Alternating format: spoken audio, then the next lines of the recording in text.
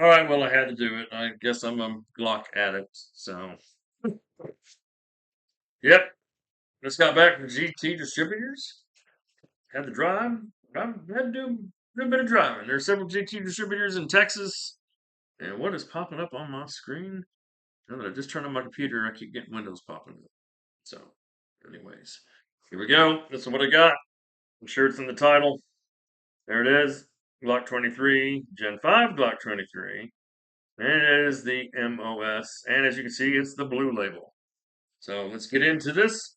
Why did I get a Glock 23? Well, in the colder months, Glock 19 has been my carry gun of choice, which, since I'm in Texas, that's not that often. So on the really cold days, when I'm wearing a big flannel shirt or whatever, going to the malls, whatever I'm doing, I just, maybe it's an excuse to carry my Glock 19. But I like to carry a bigger gun in case, there's that guy in Indiana that he had to shoot across food court.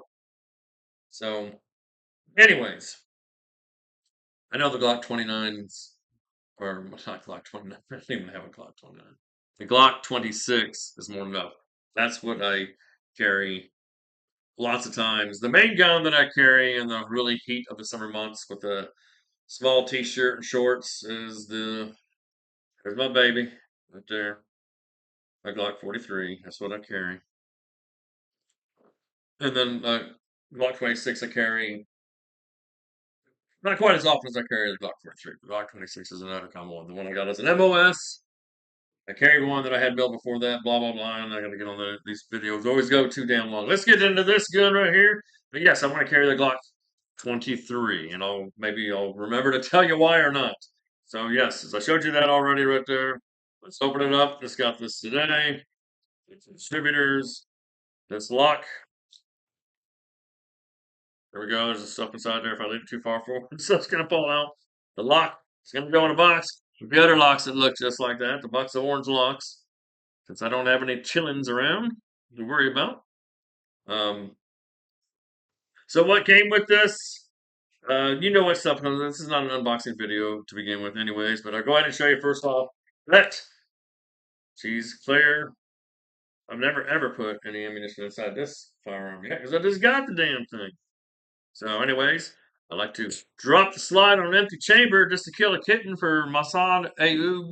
Was it Masad Mayoub? I'm never gonna figure that one out. One of these days I'm gonna have to make a little note, put it on there, and then that'll be in my memory for good. Then I like to pull the trigger because when the trigger's sitting back, you can tell that thing ain't gonna go off. You'd have to wreck the slide to get that trigger to pop back forward again. That's like the dead giveaway. Unless it's like a Johnny Glock's trigger that's sitting back to begin with. That's good. I love those triggers. So, anyways, most of my Glocks, I mod the triggers, not all of them, and sometimes it's just a trigger shoe. But the main ones I do are the Apex tactical triggers kits, which that's what police forces. That's the most one that's certified by police forces around the United States to be able to use.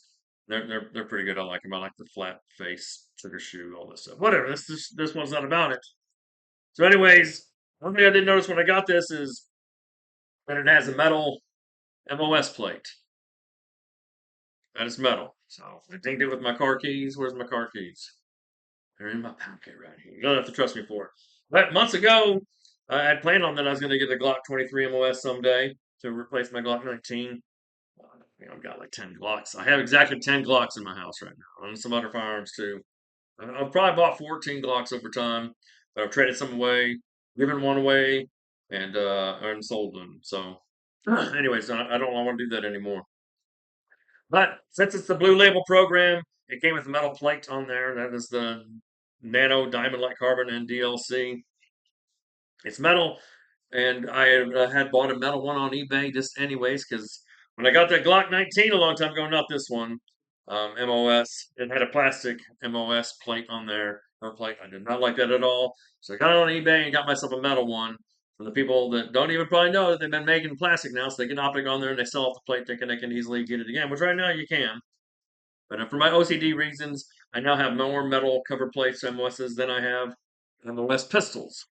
So first time I got a 43X or Glock 48, they had metal plates, and then I got a 43X and it had a plastic plate. So I got on eBay, got myself a steel one. So here we go. This one actually came with steel. I was quite happy with that. Another thing came with that you don't see anymore when you buy the MOSs is it has 4 adapter plates. Because this one's probably been sitting around for a little while. It's blue label. And when Glock sends these out to the stores, certified stores, that's separate. Blue label's totally separate from the other ones. So, anyways, metal, back straps. Nope, they're just giving you the beaver tail ones, which is not bueno, no bueno. I will go on Glock's own factory website and I will buy the backstrap kit that does have, because I like to put at least mediums, if not large, back straps on my Glocks that do not have beaver tails. The only one my Glocks that I use the beaver tail on, sitting by my nightstand, is the Glock 22 Gen 4.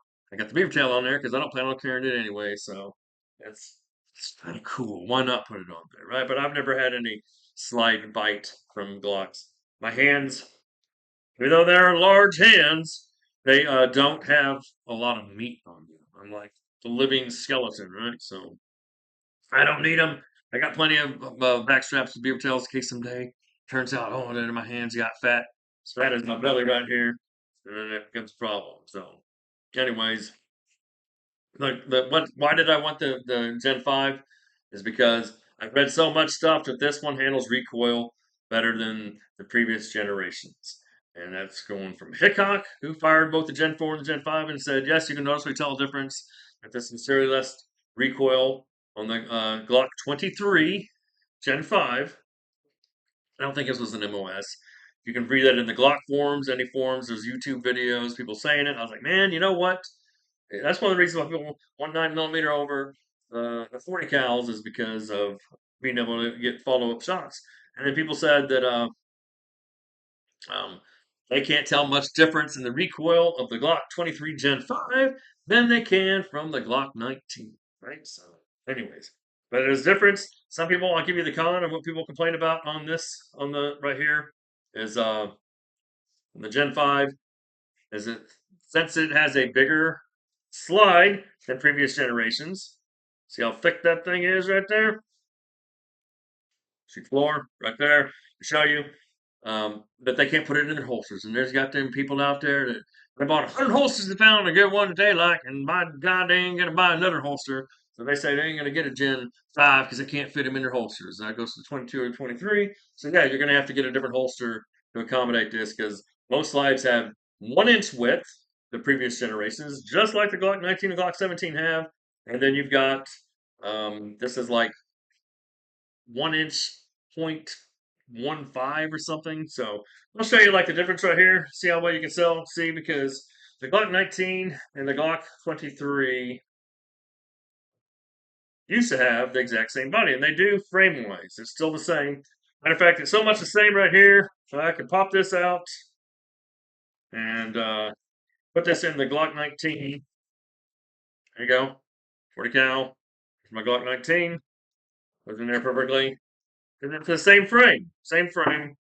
And by that same thing, here's the we'll put that goes back in here. We'll put the Glock 19's one to the 40 cal. There we go. So a lot of people will say, I'm getting ahead of myself. I'm trying to go quicker because normally I'm so slow on these damn videos and stuff.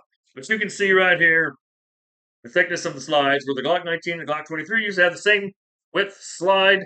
You can see how much wider the slide is on the Gen 5 Glock 23. And another way for you to be able to tell even more clearly will be looking at, those are the same size backplates, by the way, folks. You can see how big the slide is compared to the 19s on that one right there. So yeah, I brought my Glock 19 in there because I knew I was going to be talking about that in there. So we'll go ahead and put that's the 9mm one right there. There's 9mm one that I normally put in here. This baby right here. Glock Factory. Got a Glock 17 spring inside it to give it the Glock 17 capacity. But let's see, I haven't done this one yet. Put that in there. As I do plan on getting myself some +2 Glock Factory base plates and and getting some magazines to make my Glock 23 be able to carry extra rounds. Or maybe that one just carries an extra round, I guess, right there. Because the Glock 19 carries 15, one in the chamber 16. This right here is going to carry 13, one in the chamber 14. That's their difference right there. So, um, blah, blah, blah, blah, blah. What am I leaving out? What am I leaving out? I don't know what I'm leaving out right here. Of course, to the Gen 5s, one thing that's better about the Gen 5s than the Gen 4s, even though I love my Glock 22 Gen 4, is that they have flared magwells. You don't have to just see the old built-in. You don't have to buy an extra one. And if I'm going to conceal carrying this, I'm not going to be adding a Magwell, flared Magwell on there because I'm carrying it. You know, I've got some flared Magwells, but they're not on carry guns. But that one is flared out. And of course, it has the ambidextrous slide release or slide lock right there. That's what it's releasing, right? Even though Glock tells it to do that. They won't call it that. Slide stop. So, yeah, just to show you what I got with the blue label pricing inside here. Well, showing you all my stuff. Hide some of that info. So, if you can do it twice a year, you can buy cheap Glocks, your blue label program, and yeah, here you go, right there. That's what I paid, $477.40 for a Gen 5 Glock 23 MOS, which costs more than the standard ones. I'm quite happy. After I put 1,000 rounds through this thing, then this maybe can replace this one for the winter carry.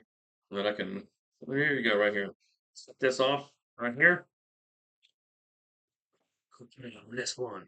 So I have the quick release on there, which does not wobble with me at all because I'm smart enough to just change out the base plate from the universal one. Because on Glock Gen 5s, you want the one that says Picatinny.